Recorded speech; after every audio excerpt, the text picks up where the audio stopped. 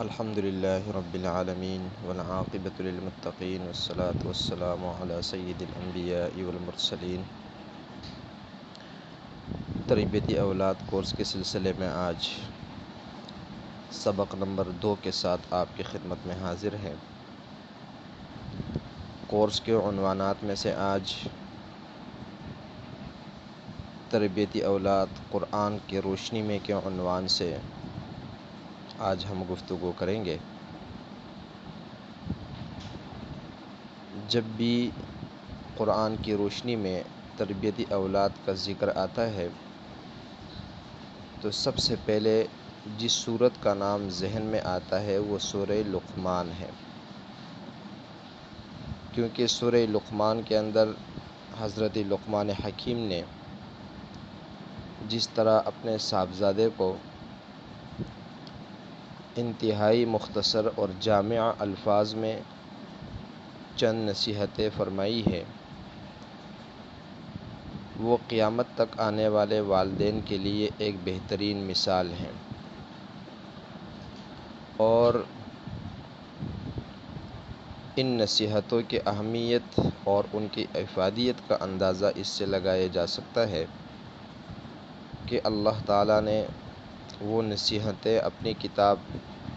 قرآن مجید میں بھی نازل فرمائی ہیں۔ اگر حضرت لقمان حکیم کے بیان کردہ نصیحتوں پر غور کیا جائے تو ان میں سب سے پہلی بات ہمارے سامنے جو آتی ہے وہ ہے اپنے بچوں کے ساتھ گفتگو کا انداز آپ کا کیا ہونا چاہیے۔ چنانچہ حضرت لقمان حکیم جب اپنے بیٹے کو نصیحتیں کرتے ہیں اور اس کا آغاز کرتے ہیں تو سب سے پہلے یہ فرماتے ہیں یا بنیا، اے میرے پیارے بیٹے۔ یا بنیا اس لفظ کے اندر جو مٹھاس ہے اور جو اپنائیت ہے یہ صرف اہل عرب اور اہل لسان ہی سمجھ سکتے ہیں، لہٰذا اپنے اولاد کو نصیحت کرتے وقت، ان کی تربیت کرتے وقت جو سب سے پہلا احساس ہم نے انہیں دلانا ہے وہ اپنائیت کا احساس ہے۔ آپ قرآن کریم کے اندر دیگر انبیاء کی گفتگو اگر دیکھ لیں جو انہوں نے اپنے اولاد سے فرمائی ہے تو وہاں بھی یہی انداز اپنایا گیا ہے۔ چنانچہ حضرت یعقوب علیہ السلام سے جب ان کے بیٹے حضرت یوسف علیہ السلام نے فرمایا کہ اے ابا جان، میں نے خواب دیکھا ہے اور اس خواب کے اندر میں یہ دیکھ رہا ہوں کہ ستارے اور چاند اور سورج میرے سامنے سجدہ کر رہے ہیں، تو وہاں بھی حضرت یعقوب علیہ السلام اپنے بیٹے حضرت یوسف علیہ السلام سے فرماتے ہیں یا بنی لا تقصص رؤیاک علی اخوتک، اے میرے پیارے بیٹے اپنا خواب اپنے بھائیوں کے سامنے بیان نہ کریں۔ اسی طرح حضرت ابراہیم علیہ السلام پر جب خواب کے ذریعے یہ وحی نازل ہوتی ہے کہ آپ اپنے بیٹے حضرت اسماعیل کو اللہ کے نام پر قربان کریں، تو وہاں پر حضرت ابراہیم علیہ السلام جن الفاظ کے ساتھ اپنے بیٹے کو مخاطب کرتے ہیں اور انہیں اللہ کے حکم کے لیے تیار کرتے ہیں تو وہاں ان کا بھی یہی انداز ہوتا ہے، انتہائی پیار اور محبت والا۔ چنانچہ وہ فرماتے ہیں کہ یا بنی انی اری فی المنام انی اذبحک فانظر ماذا تری، وہاں بھی یا بنیا، اے میرے پیارے بیٹے۔ بلکہ یہاں تک کہ حضرت نوح علیہ السلام کا بیٹا اگرچہ ان کے مذہب پر نہیں تھا، اگرچہ وہ مسلمان نہیں تھا، لیکن اس کے باوجود بھی جب حضرت نوح علیہ السلام کی قوم پر اللہ کا عذاب آتا ہے اور اس عذاب کے نتیجے میں ان کا بیٹا ان سے بچھڑنے لگتا ہے تو وہاں بھی ان کے جو الفاظ ہیں اپنے بیٹے کے لیے وہ بھی انتہائی پیار و محبت والے ہیں۔ چنانچہ وہ فرماتے ہیں یا بنیر کب معنا ولا تکم مع الکافرین، اے میرے پیارے بیٹے آپ ہمارے ساتھ کشتی میں سوار ہو جائیے۔ تو پہلی چیز قرآن کریم جو ہمیں سکھاتی ہے وہ یہ ہے کہ آپ اپنے بچوں کی جب تربیت کریں تو یہ اپنائیت کے ساتھ، پیار و محبت کے ساتھ ہو، تاکہ وہ بچے اس چیز کو فیل کریں کہ جو کچھ مجھے کہا جا رہا ہے یہ میرے فائدے کے لیے کہا جا رہا ہے، یہ کوئی مجھے آرڈر نہیں دیا جا رہا، مجھے کوئی حکم نہیں دیا جا رہا، بلکہ اس میں میرا اپنا فائدہ ہے۔ اس کے بعد حضرت لقمان حکیم کی نصیحتوں کا آغاز ہوتا ہے، اور سب سے پہلی بات جو وہ اپنے بیٹے سے فرماتے ہیں، لا تشرک باللہ، اللہ کے ساتھ کسی کو شریک نہ کرو، ان الشرک لظلم عظیم، بے شک شرک بہت بڑا ظلم ہے۔ اس آیت سے ہمیں تربیت اولاد کے حوالے سے یہ درس ملتا ہے کہ جب ہمارے بچے سمجھنے کے قابل ہو جائے تو سب سے پہلے ہم ان کے عقیدے کی اصلاح کریں، ان کے ایمان کی فکر کریں، کیونکہ عقیدہ زندگی کے دیگر اعمال کے لیے بنیاد کی فاؤنڈیشن کی حیثیت رکھتا ہے۔ اگر ہماری اولاد کا عقیدہ ہی ٹھیک نہ ہو یا ان کے عقیدے کے اندر شکوک اور شبہات ہو تو اس کا اثر ان کی باقی زندگی پر بھی پڑتا ہے اور باقی اعمال پر بھی اس کا اثر پڑتا ہے۔ تو قرآن سب سے پہلے تربیت اولاد کے حوالے سے عقیدے کی اصلاح کی تعلیم دیتا ہے۔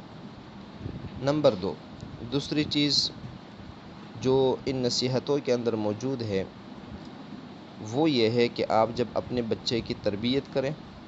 تو ان تربیت کے اندر اللہ کی ذات کے ساتھ ساتھ اللہ تعالیٰ کی صفات کا تعارف بھی اپنے بچوں سے کرائیں کہ دیکھو اللہ کی ذات ایسی ہیں اور اللہ کی صفات ایسے ہیں۔ چنانچہ ان آیات مبارکہ کے اندر حضرت لقمان حکیم رحمۃ اللہ علیہ اپنے بیٹے سے کہتے ہیں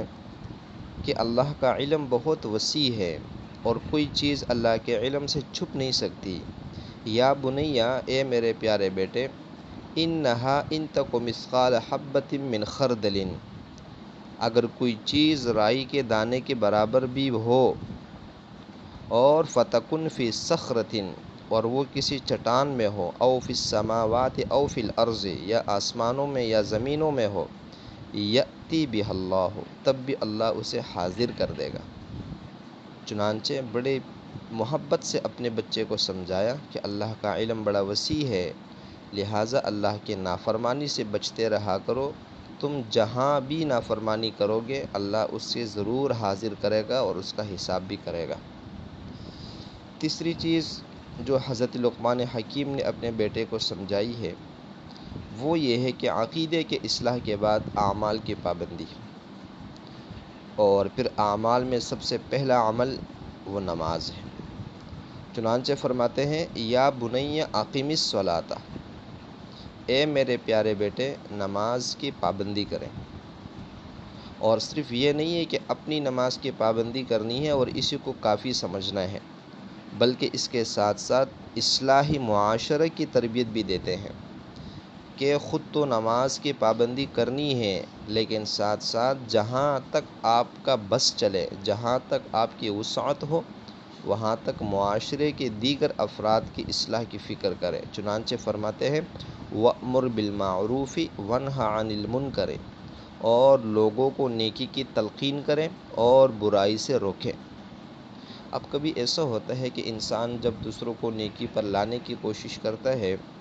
اور انہیں برائی سے روکنے کی کوشش کرتا ہے تو اس میں مخالفت کا سامنا بھی کرنا پڑتا ہے اور کبھی کبھار مشقت بھی اٹھانی پڑتی ہے، مشکلات پیش آتی ہے۔ اب اگر ایسی مشکلات پیش آ جائے تو اس وقت کیا کرنا چاہیے، اسی کے بارے میں اپنے بیٹے کو تیار کر رہے ہیں۔ فرماتے ہیں، وَاصْبِرْ عَلَىٰ مَا أَصَابَكَ، اور جو تمہیں تکلیف پیش آ جائے اس پر صبر کریں۔ یہاں تک حضرت لقمان حکیم رحمۃ اللہ علیہ کے ان نصائح کا تعلق تھا کہ جن کا عموماً دوسرے افراد سے بھی تعلق ہوتا ہے، معاشرے سے بھی تعلق ہوتا ہے، اور اس کے بعد جو دیگر ان کے نصائح ہیں ان کا تعلق عموماً اخلاقیات کے ساتھ ہے۔ تو ان جو نصائح جو ہم نے پڑھے ہیں ان کا خلاصہ یہ ہے کہ سب سے پہلے تو بچوں کے ساتھ گفتگو کرتے وقت، ان کی تربیت کرتے وقت ہمارا انداز جو ہے وہ حاکمانہ نہیں ہونا چاہیے، ہمارا انداز آمرانہ نہیں ہونا چاہیے، ہمارا انداز تخاطب پیار محبت اور اپنائیت والا ہونا چاہیے، تاکہ بچے بھی یہ سوچیں سمجھیں اور وہ احساس کرے کہ جو کچھ ہمیں کہا جا رہا ہے یہ ہمارے فائدے کے لیے کہا جا رہا ہے، اور جو ہمیں کہنے والے ہیں یہ ہمارے اپنے ہیں، یہ ہمارے دشمن نہیں ہیں۔ ساتھ ساتھ دوسری چیز بچوں کے عقیدے کی اصلاح کی ہمیں فکر کرنی ہے۔ اسی طرح بچوں کو یہ بات ہم نے سمجھانی ہے کہ اللہ کا علم بڑا وسیع ہے، انسان جہاں بھی نافرمانی کرے اللہ تعالیٰ کے علم میں ہے۔ اسی طرح انہیں نماز کی پابندی اور نماز کا اہتمام کرنے کی ہم نے انہیں ترغیب دینی ہے، اور صرف اپنی ذات نہیں معاشرے کی اصلاح کی فکر پیدا کرنی ہے، اور معاشرے کی اصلاح کرتے وقت جو مشکلات جو پریشانیاں آتی ہیں اس پر انہیں صبر کے لیے تیار کرنا ہے۔